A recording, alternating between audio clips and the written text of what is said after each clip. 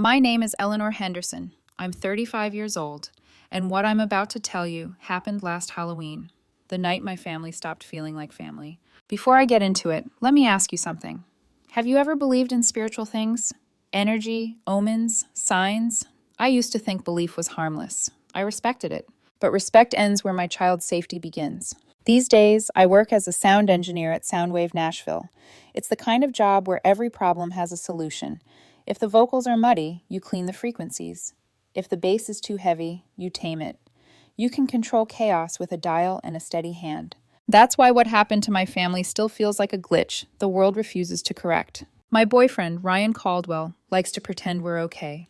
He'll laugh at a joke on TV, make pancakes on Sunday, kiss Emma's forehead before school like everything is normal. But his hands still tremble, just slightly, whenever someone says my sister's name. Sarah. Emma is 5.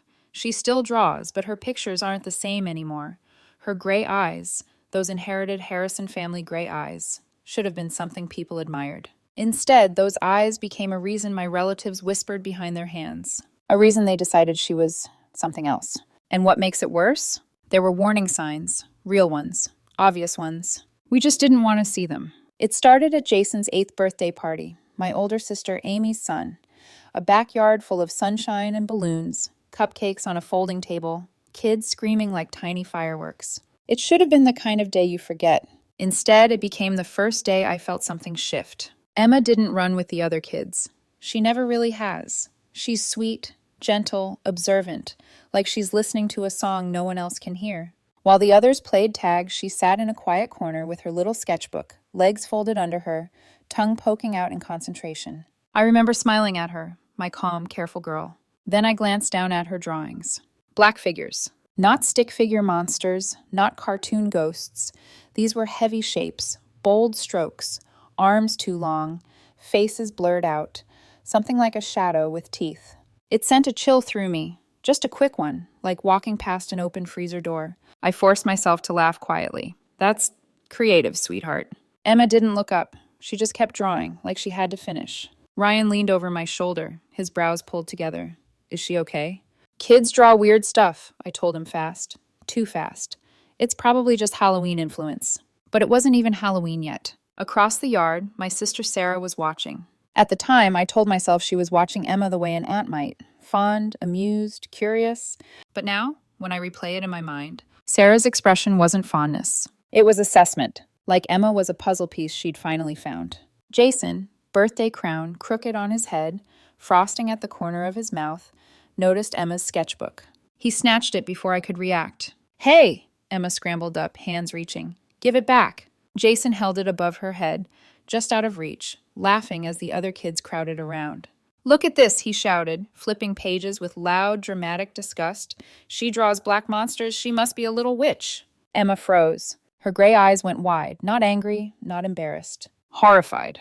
It was like he'd said something that pierced her skin. Then she screamed. Not a tantrum scream, not a spoiled scream. A sharp, piercing sound that made adult conversations stop mid-sentence. Emma lunged for the notebook, and the lights in this kitchen behind us flickered violently. Once, twice. A loud crash followed. One of Amy's expensive crystal vases, something she always bragged about, slid off the shelf like it had been pushed by an invisible hand and shattered on the tile. Adults gasped. Children shrieked. Someone cursed. And in that chaotic heartbeat, while everyone whipped their heads toward the mess, I saw Sarah. She wasn't startled. She wasn't concerned. She was staring at Emma with a strange stillness. Not like an aunt watching her crying niece. Like someone who'd just seen proof. Ryan stepped toward Emma instinctively, but I was already there, scooping her into my arms, pressing her face into my shoulder. It's okay, I whispered. It's okay. It was an accident. But Emma clung to me like she thought the air itself might grab her. As the adults cleaned up broken glass, I tried to shake off the feeling crawling up my spine. That's when I heard Sarah's voice, low, intimate, speaking to someone in the kitchen. I wasn't trying to eavesdrop. I was looking for paper towels. That's all. But when I reached the doorway, I heard it clearly. Sarah leaned close to a thin, blonde woman I didn't recognize yet. Sharp blue eyes, smile too practiced. Melissa, Sarah whispered. You see? Every time it gets angry, something happens. It gets angry. Not Emma. It. My stomach dropped so suddenly, it felt like my body forgot how to breathe. I stepped into the kitchen, forcing my voice to stay casual. That was a coincidence, Sarah. The electrical system here is old, and that vase was way too close to the edge. Sarah looked at me. Her gaze was cold enough to raise goosebumps on my arms. She didn't argue. She just smiled, small, secretive, and walked away like I was the one being irrational. Ryan appeared beside me, his jaw tight. What the hell was that? She's being dramatic, I said, but my voice came out thinner than I wanted. Behind us, Uncle Dave, Amy and Sarah's uncle, whiskey in hand, lowered his voice like he was sharing a confession. The company's been having trouble, he murmured. 20 years stable, and now, contracts dropping, accidents, delays. It's like the whole thing is cursed. He didn't finish the sentence. He didn't have to, because his eyes flicked past me, toward Emma. A simmering anger lit under my ribs. I hugged Emma tighter, and I told myself the only truth I could handle. Sarah always loved strange things. Superstition, crystals, energy talk. Harmless. Not worth worrying about. I had no idea that my indifference, my need to keep the peace, was the first step toward the price we'd pay on Halloween night. And the cruelest part? Emma looked up at me with those gray eyes, still wet with tears, and whispered, "Mom, am I bad?" I smiled like a liar. "No," I promised, "you're perfect." But somewhere behind me, Sarah was still watching. And I didn't yet understand that she had already decided what Emma was. Halloween morning arrived the way it always did. Bright, crisp, almost innocent. If you've never lived somewhere that gets real autumn, let me paint it for you. The air smelled like dry leaves and fireplaces, and the sunlight had that warm, golden slant that makes everything look softer than it is. Emma was up before my alarm. I heard the patter of her feet down the hallway, then the squeak of her bedroom door swinging open like she couldn't contain herself. "Mom, it's Halloween," she whispered, shouted, as if saying it too loudly might make the day disappear. She came barreling into the kitchen wearing her Elsa costume already, sparkly blue skirt, tiny cape dragging behind her, and the gloves. Those glittery gloves she adored like they were real magic. Ryan was at the stove, flipping pancakes with the calm, steady patience I used to envy. He looked over his shoulder, saw her, and grinned. "Well, hello there, Your Majesty." Emma lifted her hands and did the dramatic ice queen pose she'd practiced in the mirror.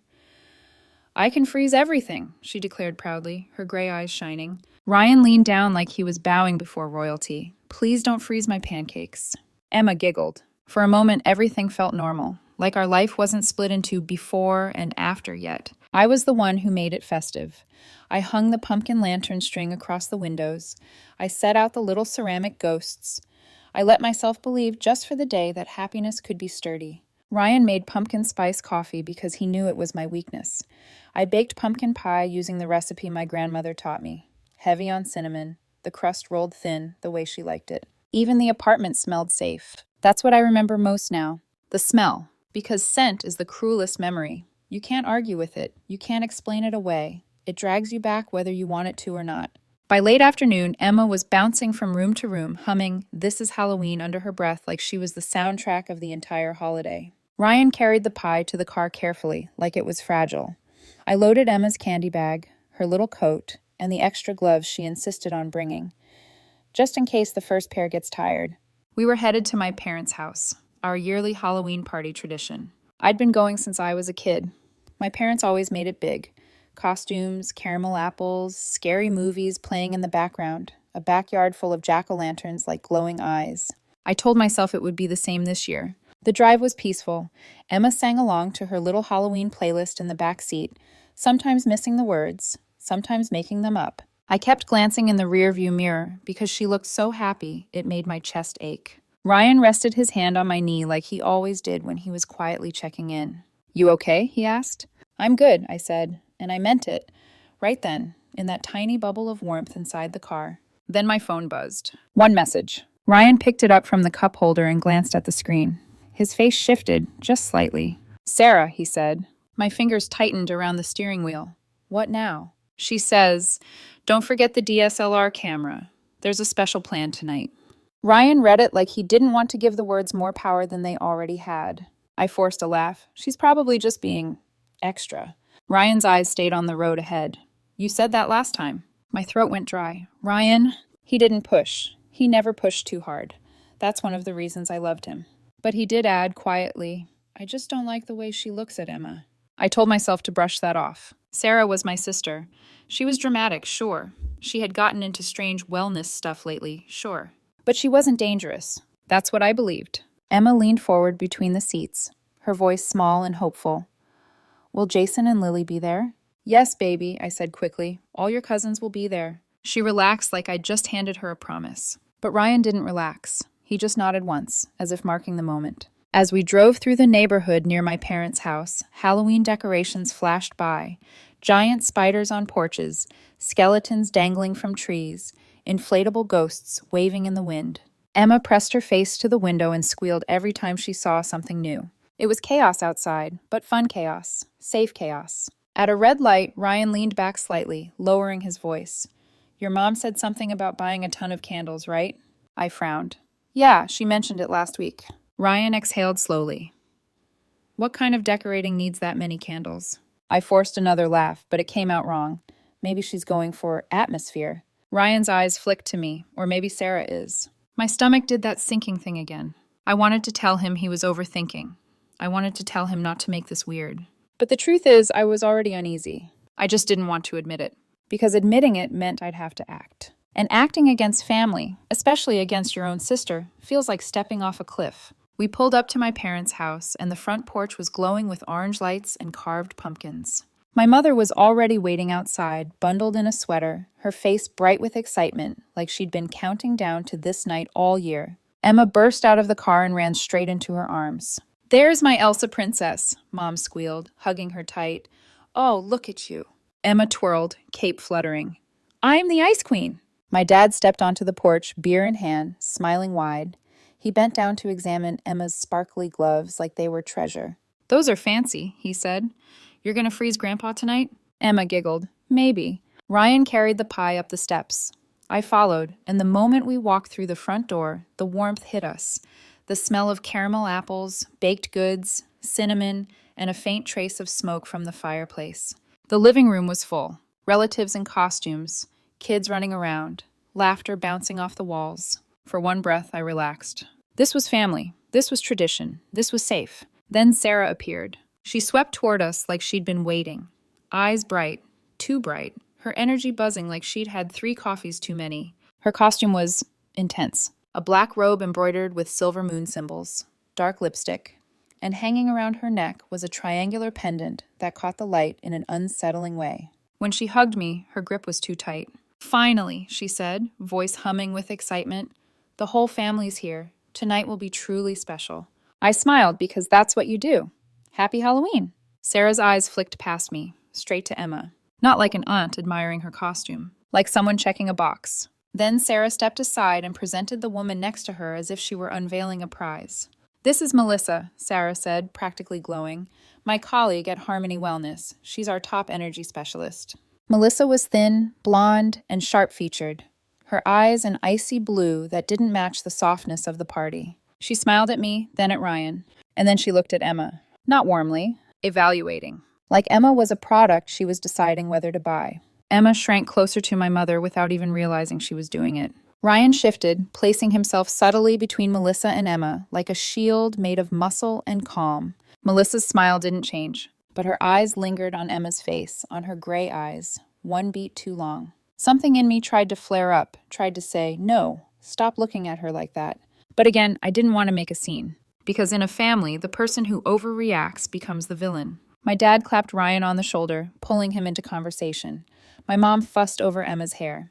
And then Uncle Dave cornered me near the snack table. Even under his zombie makeup, his worry was obvious. He took a sip of whiskey, leaned closer. Eleanor, he whispered, the company is in real trouble. I frowned. How bad? The worst I've seen in 20 years, he said. Orders dropping. Customers canceling like we're cursed. He said that last word like it tasted strange coming out of his mouth. I was about to respond when my eyes drifted to the backyard through the window. And that's when I saw it. A white chalk circle drawn on the grass. Dozens of candles arranged around it. And symbols, strange, uneven markings that didn't belong in a normal Halloween party. My breath caught. Sarah noticed my gaze immediately, like she'd been waiting for me to see it. She glided up behind me, holding a glass of dark red wine that looked too much like blood under the orange lights. That, she said, pointing proudly, is preparation for the full moon ritual after dinner. I blinked. The what? Sarah's smile widened.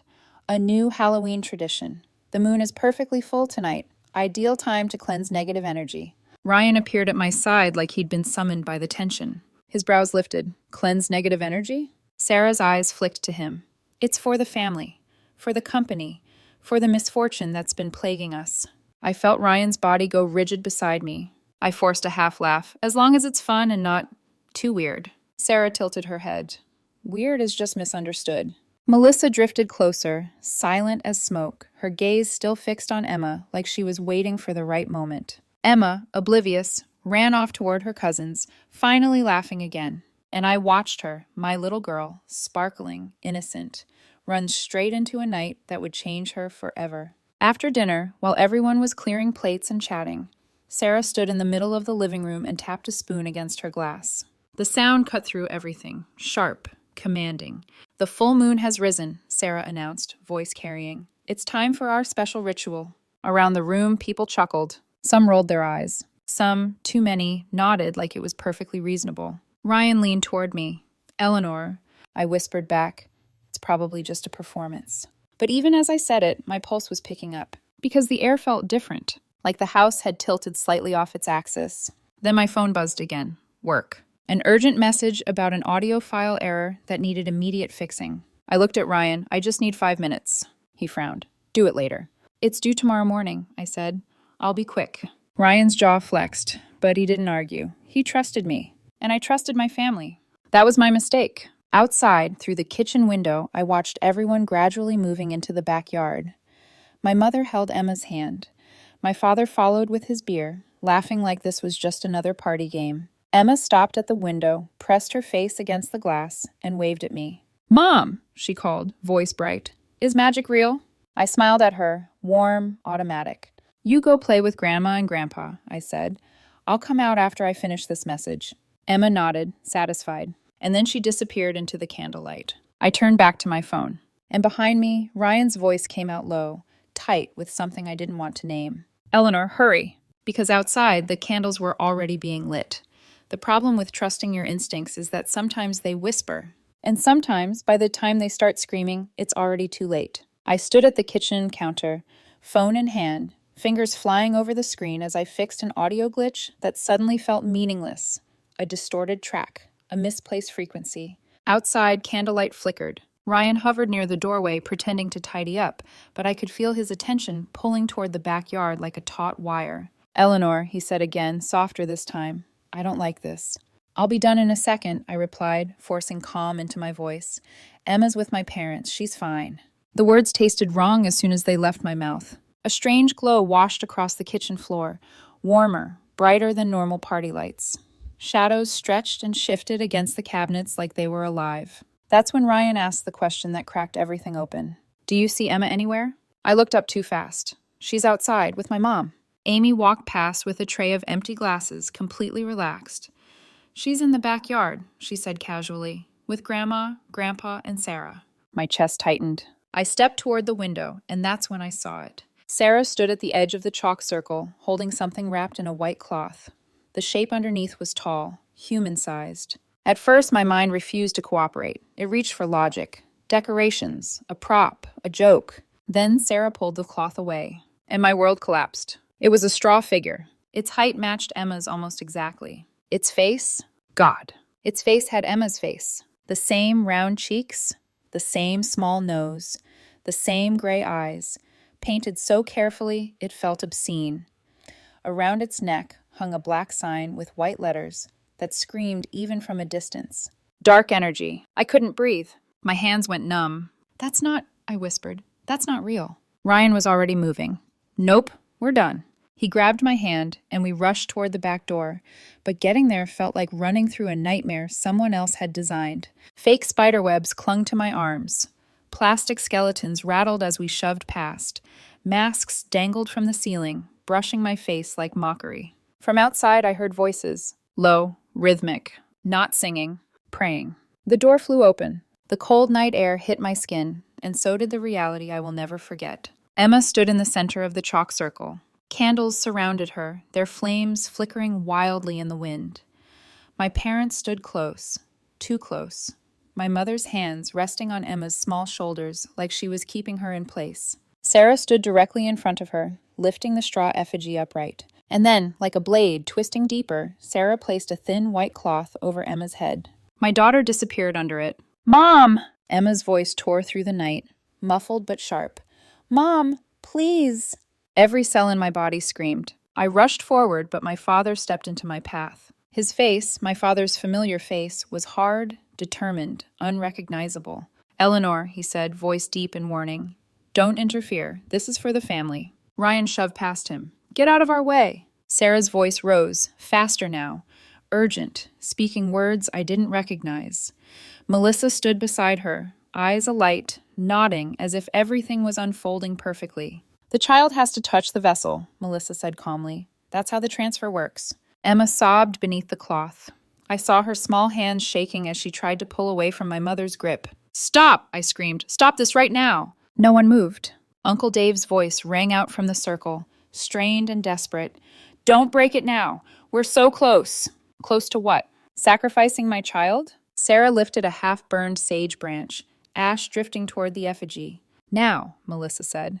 That was it. Something inside me snapped, not loudly, not dramatically, but completely. I shoved my father aside, ripping the white cloth off Emma's head. Her gray eyes were wide, streaming with tears. I grabbed her, pulling her into my arms. "What the hell are you doing to my daughter?" I screamed. The circle erupted, voices shouting, candles knocked over, children crying. Sarah froze for half a second, then her face twisted with fury. "You're ruining everything," she yelled. "This is how we save the family." "By traumatizing a 5-year-old?" Ryan shouted back. I pushed Emma into Ryan's arms without thinking. My hand shook as I turned toward the ritual table. Candles, symbols, the effigy. I swept everything off in one violent motion. One candle stayed lit, and I grabbed it. Sarah realized what I was about to do and lunged toward me. "No, Eleanor, don't!" The flame touched the straw. Fire exploded. Orange and red devoured the effigy in seconds, licking up its painted face, curling the sign that read, "Dark Energy," until it blackened and crumbled. The heat hit my face. The light reflected in everyone's eyes. Horror, shock, disbelief. Children screamed. Someone shouted for water. I stood there, heart pounding, feeling eerily calm. Sarah stared at the burning figure, then at me, tears streaking her face. "Are you insane? Do you know what you've done?" I met her gaze, my voice cold and steady. "If your God demands a child, then your God is a monster." Before anyone could react, Ryan moved. 1 second he was holding Emma. The next, he was grabbing Sarah by the hair, dragging her toward the fire. Gasps ripped through the crowd. "Ryan," I shouted, but I didn't stop him. Because I saw his face. This wasn't violence for control. This was fury born of terror. Sarah screamed as he forced her to kneel before the flames, the white cloth thrown over her head like a mirror of what she'd done to my daughter. "You want cleansing?" Ryan growled, voice shaking with rage. "Then let's talk about the truth." The backyard fell silent except for the crackle of burning straw. Ryan pulled out his phone. "Does everyone want to know why the company is failing?" he demanded. "Why contracts disappeared? Why bad luck followed you?" My mother stumbled backward, clutching her chest. My father stared, confused. "What are you talking about?" Ryan held up the screen. "A $15,000 transfer," he said clearly, "from the family construction account to a man named James Bennett, a so-called spiritual guru." A collective gasp swept the circle. Uncle Dave dropped to his knees. Sarah went still. Ryan continued, each word sharp and precise. "Sarah stole company money to pay a scammer. She buried doll ashes. She performed rituals to cover her fraud. And when it didn't work, when the money kept disappearing, she blamed my daughter." Sarah's shoulders shook. She didn't deny it. That silence was her confession. "He said it would fix everything," Sarah sobbed weakly. "I just needed time." "Time you bought by using my child," I said, my voice breaking at last. The fire died down, embers floating into the night air, like the remains of lies finally exposed. I walked to Ryan, took Emma into my arms, feeling her small body trembling against mine. "We're leaving," I said. My parents begged, my mother cried, my father looked shattered. But I didn't look back. As we drove away, Emma's voice came soft and fragile from the back seat. "Mom," she whispered, "did I do something wrong?" My heart broke open. "No," I told her, holding her tighter than I ever had. "You didn't do anything wrong. The adults did." The moon followed us down the empty road, and behind us, the fire burned itself out. When we got home, the apartment felt wrong. The jack-o'-lanterns on the shelf looked like they were grinning at us. The fake spider webs along the window suddenly felt obscene, like props mocking something sacred we'd just barely saved. Ryan didn't say a word. He moved through the living room and started ripping everything down.